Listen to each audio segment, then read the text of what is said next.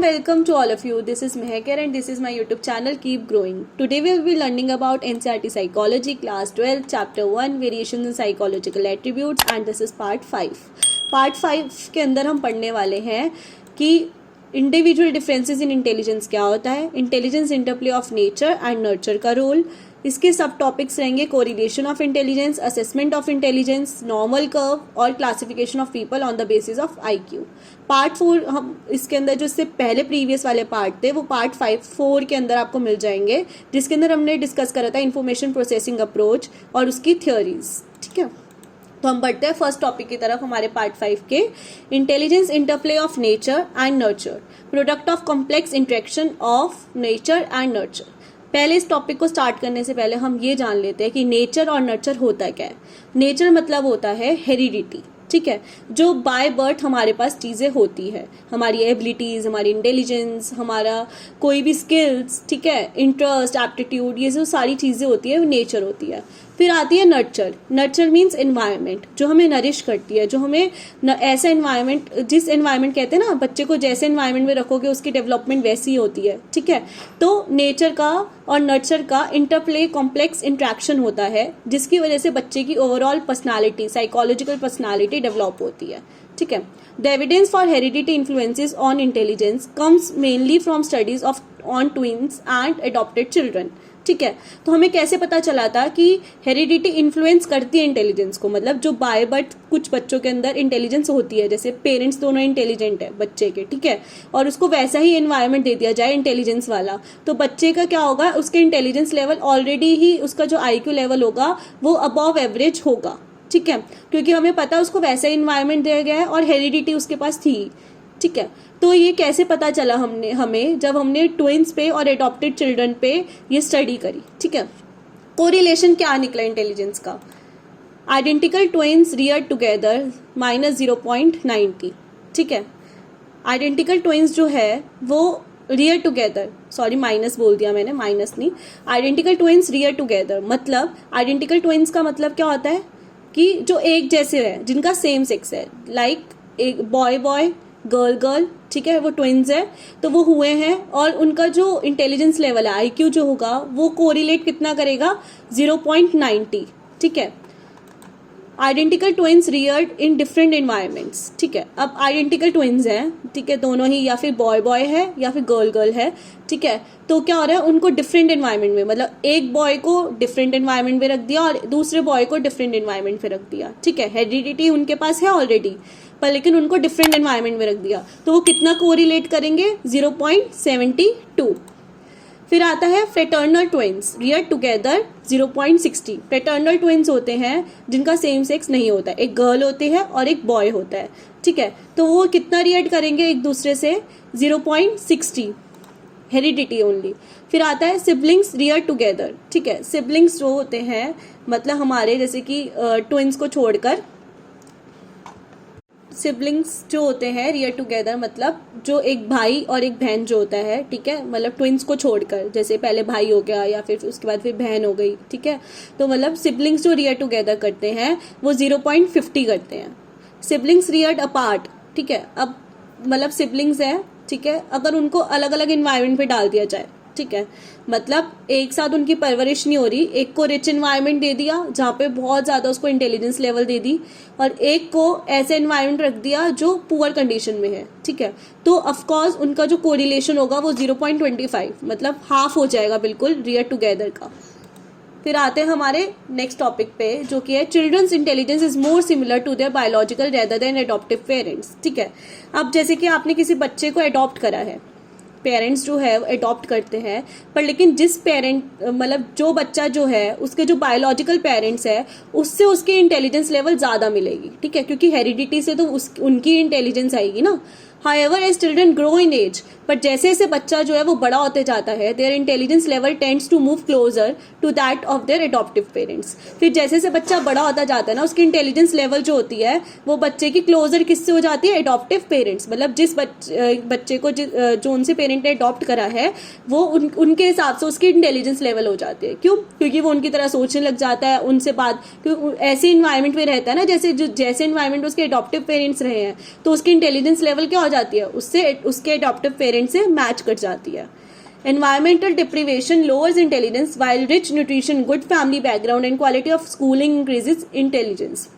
अभी मैंने आपको बताया कि जैसे इन्वायरमेंट में आप बच्चे को रखोगे वैसे ही उसकी परवरिश होगी, वैसे उसका इंटेलिजेंस लेवल डेवलप होगा. तो अगर एक बच्चे को लोअर इंटेलिजेंस उसका कब होगा, जब डेप्रीवेशन में वो रहेगा. मतलब ऐसे इन्वायरमेंट में रख दिया जाए जहाँ पे रिच न्यूट्रिशन नहीं है, फैमिली बैकग्राउंड बहुत पूरा है, हर दिन लड़ाई झगड़ा यही सब होता रहता है, स्कूलिंग भी प्रॉपर बच्चा नहीं कर पाता, बीमार रहता है वो ऑलमोस्ट ज़्यादा, तो उसकी क्या होगी, क्वालिटी ऑफ लाइफ जो स्कूलिंग होगी वो क्या करेगा, उसका डिक्रीज कर देगा इंटेलिजेंस. ठीक है, तो ऑफकोर्स उसका जो लोअर इंटेलिजेंस जो होगा वो लोअर होगा. पर वाइल अगर हम देखा जाए एक बच्चे को रिच न्यूट्रिशन दिया जा रहा है, गुड फैमिली बैकग्राउंड में वो रह रहा है, या क्वालिटी ऑफ स्कूलिंग उसको दी जा रही है, ठीक है, जैसे जितने अच्छे स्कूल में जहाँ पे उसको अच्छा इन्वायरमेंट मिल रहा है, तो उसकी इंटेलिजेंस लेवल उतनी ही इंक्रीज हो जाएगी. Heredity is something that sets a range within which an individual's development is actually shaped by the support and opportunities of the environment. तो इसलिए हम बोलते हैं हेरिडिटी और इन्वायरमेंट का इंटरप्ले कॉम्प्लेक्स इंट्रैक्शन होता है. क्यों? क्योंकि हेरिडिटी जो है एक सेट रेंज ऑफ सेट, मतलब बच्चे के अंदर जो बाय बर्थ स्किल्स होती है इंटेलिजेंस लेवल को डेवलप करने के लिए, वो हेरिडिटी से मिल जाती है बच्चे को. और इन्वायरमेंट क्या करता है, उसको शेप करता है, उसको सपोर्ट के थ्रू अपॉर्चुनिटीज देता है, उसको सपोर्ट करता है और उसकी एक्चुअल उसको मॉडिफाई करके उसको शेप करता है, उसकी ओवरऑल डेवलपमेंट करता है. There is a general consensus among psychologists that intelligence is a product of complex interaction of heredity and intelligence, nature and nurture. इसलिए बोला गया, साइकोलॉजिस्ट ने जब इस चीज़ के ऊपर बात करी तो उन्होंने बोला इंटेलिजेंस जो है ना एक प्रोडक्ट है, मतलब हेरिडिटी इनटू इंटेलिजेंस है. तो हेरिडिटी का भी रोल है और इंटेलिजेंस का भी उतना ही रोल है. एक जब उनका इंट्रैक्शन होता है तब बच्चे की डेवलपमेंट होती है. तो हेरिडिटी को उन्होंने बोला है नेचर और इंटेलिजेंस को उन्होंने बोला है नर्चर. नेक्स्ट पे बात करते हैं. अब नेक्स्ट टॉपिक आता है हमारा इसी के अंदर सब टॉपिक. अब हम इंटेलिजेंस हमें पता चलेगी बच्चे की इतनी इंटेलिजेंस है, ठीक है, तो अब हम उसके असेसमेंट कैसे करेंगे. अगर हमें किसी बच्चे की इंटेलिजेंस लेवल निकालना हो तो हम उसको असेस कैसे करेंगे. 1905 Alfred Binet and Theodore Simon first attempt to formally measure intelligence, Binet Simon scale. ठीक है, अब एल्फ्रेड बिने और एक साइकोलॉजिस्ट और थे सिमोन, उन्होंने क्या करा 1905 में ना अटेम्प्ट करा इस चीज को मेजर करने के लिए. ठीक है, अब उन्हें पता चल गया था, इंटेलिजेंस पता चल गया, चलो पर इसको मेजर कैसे करा जाए, तो उन्होंने बिने सिमोन स्केल बनाया था एक इसको मेजर करने के लिए. In 1908 when the scale was revised they gave concept of, फिर जब 1908 में उन्होंने स्केल दोबारा से रिवाइज करा, उसको दोबारा से स्टडी करा, तो उन्होंने दोबारा से एक कंसेप्ट दिया. क्या दिया उन्होंने ना, कुछ टर्म्स दी. एक तो दिया मेंटल एज. मेंटल एज क्या होता है, is a measure of a person's intellectual development relative to people of his her age group. ठीक है, हर एज ग्रुप के हिसाब से ना मेंटल एज बना दी गई. ठीक है, मतलब बच्चे की सोचने की क्षमता, मेंटल एज कहते हैं ना, आपने मैथ्स में देखा भी होगा क्वेश्चंस जो देते हैं, मेंटल एबिलिटी सॉल्व के लिए, मेंटल मैथ्स, ऐसी चीज़ें देते हैं बच्चे को. एनईपी के अगर हम अकॉर्डिंग देखें तो बच्चे की जो मेंटल एबिलिटी उसको डेवलप करने के लिए अब काफ़ी सारी चीज़ें आ गई है. तो मेंटल एज क्या करेगा, बच्चे के ना एज ग्रुप के हिसाब से, जो उसकी एज है बायोलॉजिकल एज जो है उसके हिसाब से उसका मेंटल एज कितना है वो मेजर करने के लिए तो उसको नाम दे दिया मेंटल एज. ठीक है, वो क्या करेगा, मेजर करेगा पर्सन की इंटेलेक्चुअल डेवलपमेंट रिलेटिव टू जो उसके एज ग्रुप के बच्चे हैं, उसके हिसाब से उसकी मेंटल एज कितनी है. क्रोनोलॉजिकल एज मतलब CA, जो कि उसकी बायोलॉजिकल एज है फ्रॉम बर्थ. तो यहाँ पे बायोलॉजिकल एज कितनी दे दी, बायोलॉजिकल एज को क्या बोल दिया, क्रोनोलॉजिकल एज, जो उसकी बाय बर्थ एज है. फिर आता है retardation, was defined as being 2 mental age years below the chronological age. अब क्या होता है, किसी बच्चे की मेंटल एबिलिटी ना उसके बिलो है, मतलब जितनी उसकी होनी चाहिए एज ग्रुप के हिसाब से उससे कम है. ठीक है, तो उस बच्चे को रिटार्डेशन बोल दिया जाता है, मतलब जो उसकी बायोलॉजिकल एज है उससे उसकी मेंटल एज बहुत कम है. ठीक है, तो उसको रिटार्डेशन बोल दिया जाता है. फिर आता है IQ. IQ कैसे निकालेंगे, IQ का एक फॉर्मूला है, IQ is equal to MA, मतलब mental age upon chronological age into 100. ठीक है, तो हम इसको निकालेंगे जैसे कि अभी एक एग्जांपल भी आएगा. Intelligence question IQ refers to mental age divided by chronological age multiplied by 100. ठीक है, IQ निकालने के लिए रेफर करेंगे हम mental age divided by chronological age और मल्टीप्लाई कर देंगे into 100. The number 100 is use as a multiplier to avoid the decimal point. 100 हमने यहाँ पे इसलिए यूज करा है ताकि हम डेसिमल पॉइंट को हटा सके, ठीक है, अवॉइड कर दे ताकि उसको मल्टीपल वे में हमें उसको ना करना पड़े, ठीक है। अब आते हैं मेंटल एज के ऊपर। तो मेंटल एज जो है वो क्रोनोलॉजिकल एज जो से है वो इज इक्वल टू 100 है, ठीक है। और इट मीन्स जो MA है, मेंटल एज है, अगर वो क्रोनोलॉजिकल एज के इक्वल होगी तो उसका IQ लेवल क्या होगा, 100, ठीक है। मतलब IQ भी उसका 100 के इक्वल होगा, ठीक है। अब बात करते हैं हम मेंटल एज जो है अगर वो क्रोनोलॉजिकल एज से कम होगी तो उसका IQ लेवल क्या होगा, IQ लेवल भी कम होगा। मेंटल एज है ही ना, उसी बेस पे तो है। जैसे कि एज ग्रुप है, जैसे बच्चा कोई 11 ईयर्स का है, 11 ईयर्स के हिसाब से जो उसकी मेंटल एज है, ठीक है, वो कम है। मतलब बच्चा उतनी अच्छी तरह से डेवलप नहीं हुआ, उसकी मेंटल एबिलिटीज उतनी अच्छी डेवलप नहीं हुई, तो उसका IQ लेवल भी कम ही होगा 100 से, है ना। पर अगर हम देखा जाए मेंटल एज जो है अगर क्रोनोलॉजिकल, इसमें एक और चीज़ ये भी आती है कि अगर ये भी हो सकता है, पॉसिबिलिटी ये हो कि उसकी मेंटल एज जो है ना वो अभी उतनी वैसे डेवलप नहीं हुई, पर क्रोनोलॉजिकल एज ज़्यादा है उसकी, ठीक है। पर अगर उसका IQ लेवल चेक करा गया सेट ऑफ क्वेश्चंस के थ्रू तो उसका IQ लेवल जो है वो 100 से इक्वल या 100 से ग्रेटर निकला। फॉर एग्जाम्पल अब इसके एग्जाम्पल के वे में समझते हैं इसको। अ 10-year-old child with a mental as of 12, ठीक है। अब 10 साल का बच्चा है, उसकी मेंटल एज कितनी है, 12। ये आपको क्वेश्चन गिवन होगा, ये हार्डली 1 या 2 मार्क्स का आता है पेपर में। Would have an IQ of 120, ठीक है। अब IQ भी गिवन है यहाँ पे, ठीक है। IQ क्या गिवन है, 120 उसका IQ है, और 10 साल का बच्चा है, ठीक है, और मेंटल एज उसकी 12 है। Where as the same child with an MA of 7, मतलब उसी के जैसा एक और बच्चा है जिसकी एज 10 ईयर्स ही है और उसका मेंटल एज है 7, मतलब एक बच्चे से दूसरा बच्चे की मेंटल एज कम है। Would have an IQ of 70, ठीक है, पर उसका IQ जो है वो 70 है। क्यों, आप खुद ही देखो, मैंने क्या बोला था, मेंटल एज जो है क्रोनोलॉजिकल एज से अगर इक्वल है तो 100 तक होगी IQ लेवल, ठीक है। तो इसमें क्या है, बच्चे का 100 के इक्वल है या 100 से ग्रेटर है, किसका, जो 10-year-old बच्चा है with a mental as of 12। पर दूसरे बच्चे के पास क्या है, दूसरे बच्चे के पास क्रोनोलॉजिकल एज जो है वो तो ज्यादा है पर लेकिन मेंटल एज कम है, तो IQ लेवल जो है उसका 100 से कम है, जो कि है 70। The scores of most people tend to fall in the middle range of the distribution. Only a few people have either very high or very low scores. ठीक है, जो स्कोर्स रहता है ना ये बच्चे का, ये IQ लेवल का, वो मिडल रेंज तक ही रहता है। नॉर्मली एक नॉर्मल का अभी आप पढ़ेंगे उस चीज़ के बारे में, मैंने बना भी रखा है नेक्स्ट PDF में, तो आप वो चीज़ देखेंगे तो उसके अंदर क्या है, जो नॉर्मल डिस्ट्रीब्यूशन टेबल आप नॉर्मल कर्व देखेंगे, उसमें क्या है, बच्चे की ना एक कर्व बना हुआ है, मतलब रेंजेस बने हुए हैं कि किस रेंज पे कौन से स्कोर पे बच्चे के क्या IQ लेवल डिस्क्राइब करता है, ठीक है। कुछ पीपल ही होते हैं, कुछ बच्चे या कुछ पर्सन ही होते हैं जिनका या फिर बहुत ज्यादा हाई लेवल पे IQ होगा या फिर बिल्कुल ही कम होगा। जिसका बिल्कुल ही कम होगा वो रिटार्डेशन पे आ जाता है और जिसका बिल्कुल हाई होगा वो गिफ्टेड चाइल्ड आ जाता है। The frequency distribution for the IQ scores tend to approximately a bell, ठीक है। नॉर्मल कर्व जो है ना वो एक बेल शेप कर्व है, ठीक है, बेल शेप का आइकन है उसका, ठीक है, तो उसको इसलिए नॉर्मल कर्व बोला जाता है। और उसका टेबल क्या डिस्क्राइब करता है, frequency distribution for the IQ scores.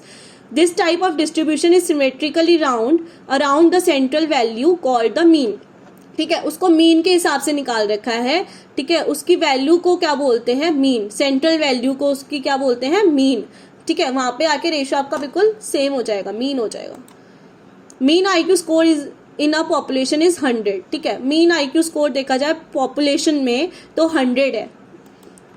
People with IQ scores in the range of 90 to 110 has normal intelligence, ठीक है।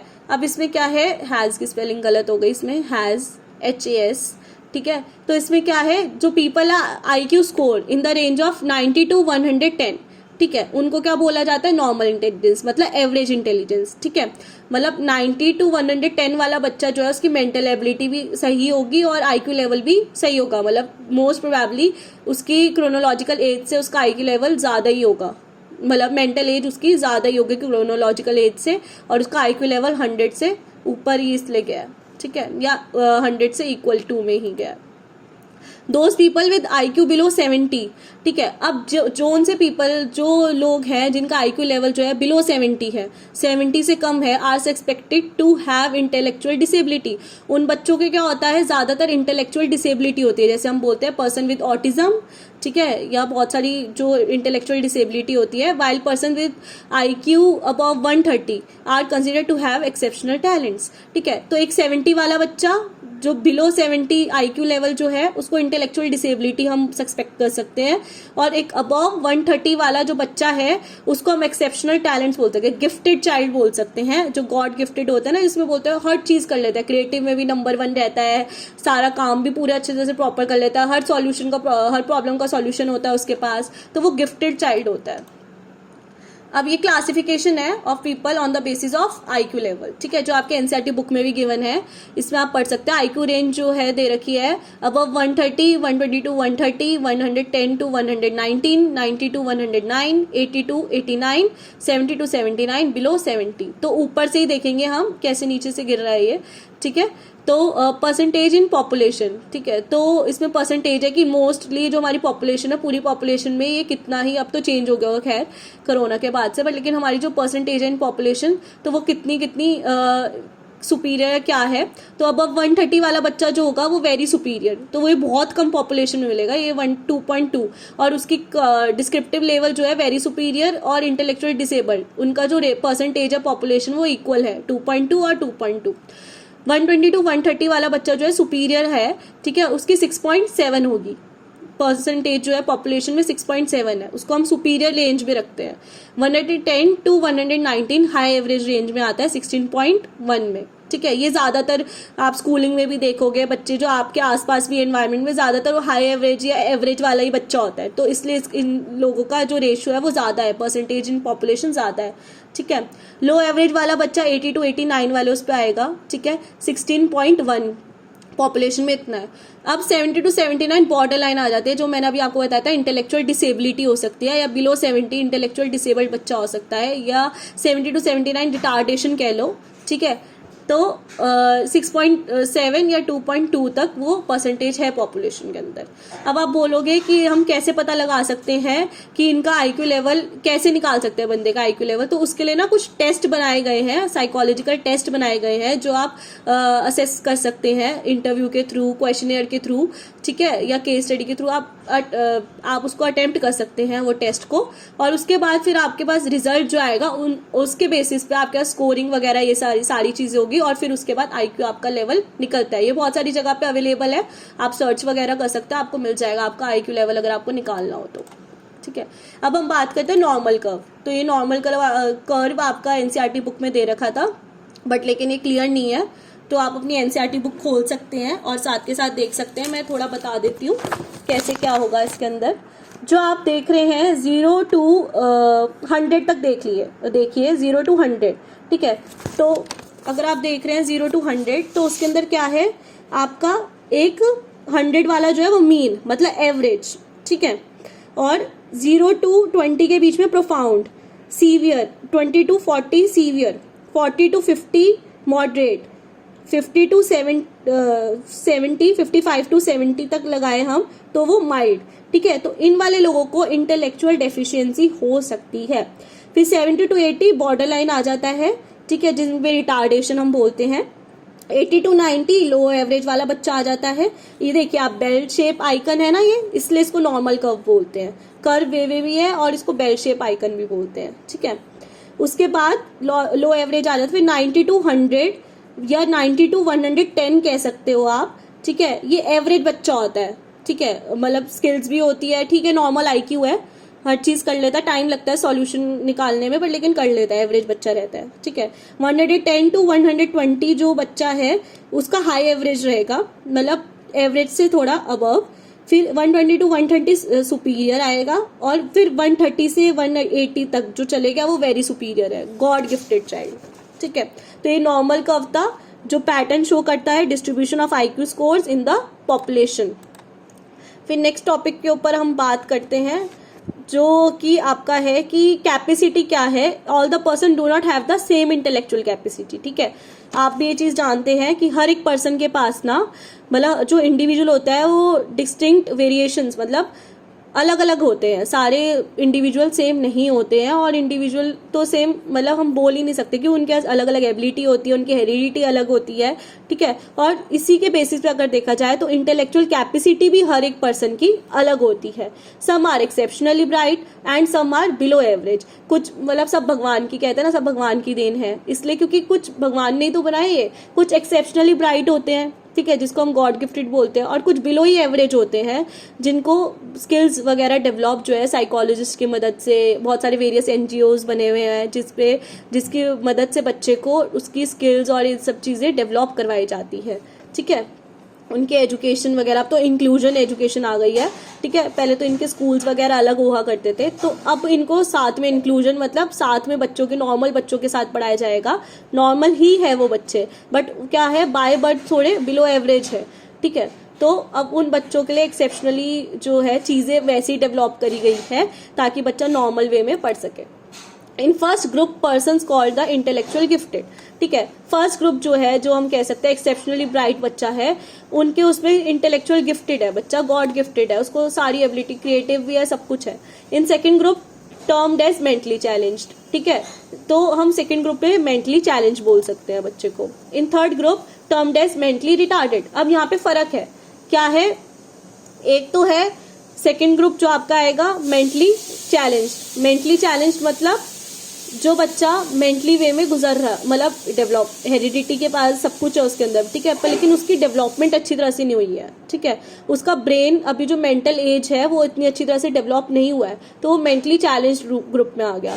फिर आता है एक बच्चा मेंटली रिटार्डेड। ठीक है, जो इंटेलेक्चुअल डिसेबिलिटीज गुजर रहा है, ठीक है, उसको अभी डेवलपमेंट वगैरह जो भी, जैसे कि कहते हैं ना, एक केस था जिसमें बच्चा धीरे धीरे ना उसकी मसल्स वगैरह जो है वो वीक होती जा रही थी।